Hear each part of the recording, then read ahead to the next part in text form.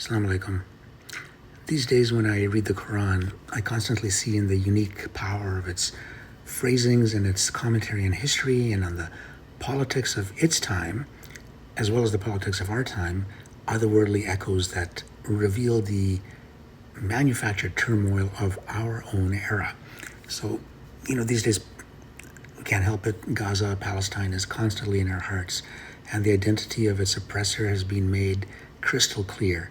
The Israeli regime and its sick and deluded patrons who have supported it have been clearly exposed to anybody who has eyes to see or a mind to think with, though many prefer to feign blindness. And for many, as the Quran says, it's not the eyes that are blind, but it's the hearts and the chests that are blind. That's Quran 22:46. For they see the crimes, but they make their hearts into dead stones.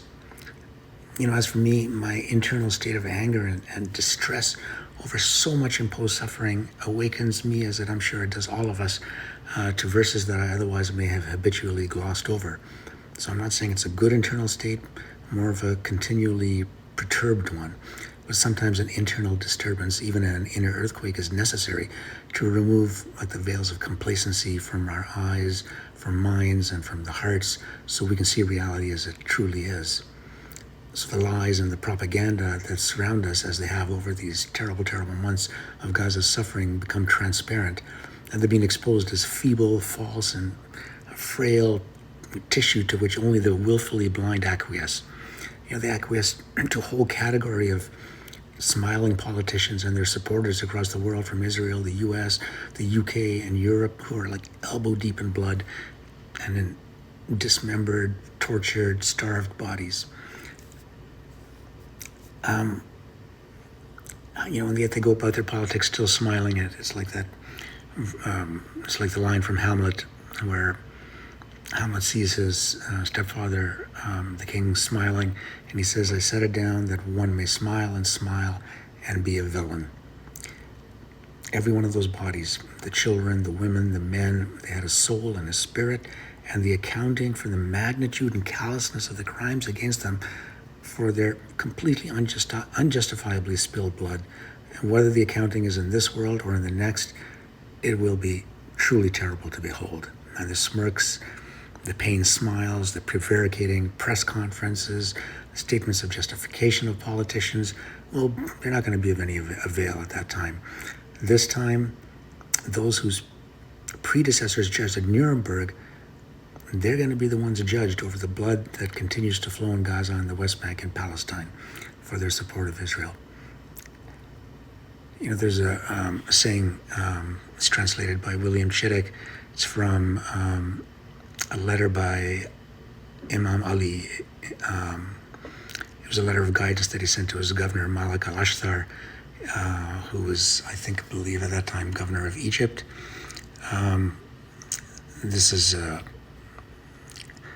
In this letter, he writes some words of advice to his governors, and one of the first things that he says, and that he really emphasizes, is beware of blood and spilling it unlawfully, for nothing is more deserving of a severe retribution and vengeance from God, greater in its consequence, or more likely to bring about a complete cessation of blessings and the cutting off of one's term and circumstances than shedding blood unjustly. God, glory be to him, on the day of return will begin judgment among his servants over the blood that they have spilt. The taking of life that was given by God is not yours to oppressively take. So never strengthen your rule by shedding unlawful blood, for that is among the factors which awaken and enfeeble it, nay, which overthrow and transfer it. You have no excuse, no rationalization before God and before me for intentional killing and oppression, for in that there is bodily retaliation. That's from the letter, again, a translation by William Chittick. I think it was in one of the anthologies that he put together. In the course of this letter, Ali makes it clear that it is not blind loyalty to a system and its rules that ensure a just society, because any system and set of rules can be gamed for the benefit of special interests that accumulate resources to curry favor and influence and maneuver around laws. We see this everywhere in abundance in America and other parts of the world in this age of ours. Ali ruled in the midst of a civil war and of open corruption that afflicted the society. Well, the corruption now is far magnified from what it used to be at that time. Ultimately, those entrusted with authority must act according to ethics that, although they encompass the rules, are first true to the spirit and intention underlying them. That's how it should be. Here, the person appointed or elected must evince a true ethical nature, right? That's bound firmly and thoughtfully within their disposition and honesty and nobility of character and genuine concern for mitigating and removing oppression from all those within their ruling powers, within their purview. Otherwise, what is the determiner of a politician or leader's worth? These presidents and prime ministers of our present time and their Congress and cabinets are, with few exceptions, they're ugly, soulless men and women, having adopted and embraced lies and prevarication as their ethical worldview. Acceptance of bribery from lobby groups has become their interpretation of public service, right? It's get what you can for yourself in the time that you're in supposedly public service serving the public, but you serve your own self and enrich your own self. And at the party level, entire fictions are created solely to manage the world's perceptions of carnage that is eagerly pursued for vague hegemonic dreams and some latter-day manifest destiny that apparently requires cold, robot-like slaughter and displacement of entire populations on a mass scale. It's like a coordinated death machine. A coordinated death machine that rolls over innocence on its way to nothing other than more death and more carnage. And those in charge are of the lowest character imaginable, smiling and mocking their victims while engaged in this endless slaughter, all of it sustained by lies, bigger lies, a flood of endless, shameless lies, fictitious political inventions and justifications. So there's a verse in the Qur'an, right, where Moses he's holding the staff, and he's told through this verse, cast what is in your right hand, that is, act according to the standard of truth and your proximity to God, and it will swallow up all of their lying inventions. This is Qur'an, Surah 20, verse 69.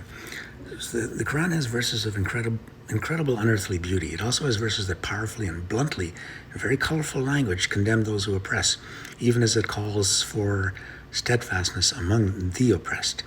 So it makes no bones about its condemnation, and it openly calls out the zalimun, who are the tyrannical oppressors, or the wrongdoers who commit blatant injustice against others. So no matter what their religion or culture, who resort to lies, false narratives, imagine that the power and support of their patrons and supporters offers them impunity from punishment for their crimes. So first, the lies. All lies have expiry dates, and in this era of instant communication, social media, the internet, even the most clever and pernicious lies cannot sustain forever. Every lie will have those people of character and honesty to rise and expose the lie. And an emboldened criminal will often, in their boasting or in the slip of the tongue, themselves unwittingly expose their own lies. There's a very interesting verse in the Qur'an, Qur'an 21:18, which says, "Nay, but we hurl the true against the false, and truth dashes out the brains of falsehood. And behold, falsehood is an ever-vanishing thing. Then woe to you for your lies." Next, the Zalimun, the lying oppressive ones who for now hold power, clutching it with desperation in their blood-soaked hands and enforcing it with the reach of their machines and their military bases, their intelligence apparatus, their surveillance apparatus spread wide across the globe, and their eyes in orbit around it. But for all their technological and military prowess, they show themselves repeatedly to have little more character than thugs emboldened by their weaponry and their murderous intent. Time and their crimes will eventually betoken their own thuggish undoing. Again, there's another verse in the Quran.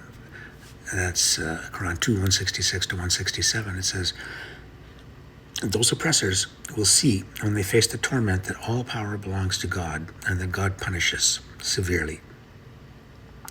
When those oppressors who have been followed by sycophants disown their followers to avert blame, and when they all are made to see the suffering that they cause together upon others, and when all bonds or supports between them are severed, God will make them see their oppressive deeds as a source of bitter regret. These zalimun, these oppressors, shall have to face and not leave the fire that is kindled by their own hands, by their own wrongdoing. So they have in our time struck a truly evil bargain, and the time will come eventually when they will pay the price, whether here or in the hereafter. One way or another, they will be held fully accountable and they will face justice. So it says in the Qur'an, again, 196, let it not deceive you that those who misbelieve go arrogantly to and fro in the land. It is a slight and fading possession. So their obsessions have taken possession of them. They have sold their dignity and they've sold their souls. Like falling stones, they plunge towards a fire that they are kindling by their actions, in which they will inevitably reach upon their death. The stone, that is now their hearts, is naked before the world. Their arrogance and their unjust oppression of so many will utterly undo them in time. They have made themselves into empty husks. No faith, no kindness remains within them. Beauty and goodness has fled from them like water leaking from a broken pot. Drunk with hate for those they have oppressed for decade upon decade, they strike at the innocent. Arrogantly, they destroy the land and its inhabitants. And not only that, but they exult in their wrongdoing. Those who walk this path of genocide for political gain, those who work corruption on the earth, have come out from under their cloak of illusory respectability. They no longer are able to conceal their wrongdoing, and so they seek to justify their depravity. They embrace oppression against the weak as they would embrace like a desired treasure. They seek to expand conflict and oppression and turn this world into a slaughterhouse. They accept and justify unspeakable, indecent crimes, too terrible and shameful to describe. Like Pharaoh and Herod, they butcher children, they exult in bloodshed. Like Herod and Pharaoh, their arrogance is driven by the fear of those they have oppressed and stolen from for generation after generation. And this is the path they have arrogantly chosen for themselves and for their slavish patrons. But the arrogant will, to their own misfortune, come to know, as the Qur'an says, that God sets a seal over the heart of every proud, haughty one. It's Qur'an 40:35. So, inshallah, may God's beautiful mercy and relief come swiftly to the oppressed, to the people of Gaza, and the other people who are being attacked by Israel, and as justice comes swiftly upon the oppressors, and awaken our hearts to the truth of the invocation, La hawla wa la quwwata illa billah al-ali al-azim, that there's no power or strength save in God, the most exalted of the exalted, and the most mighty of the mighty. Ilahi Ameen. Rabbal Alameen. Assalamu alaikum. Thank you very much.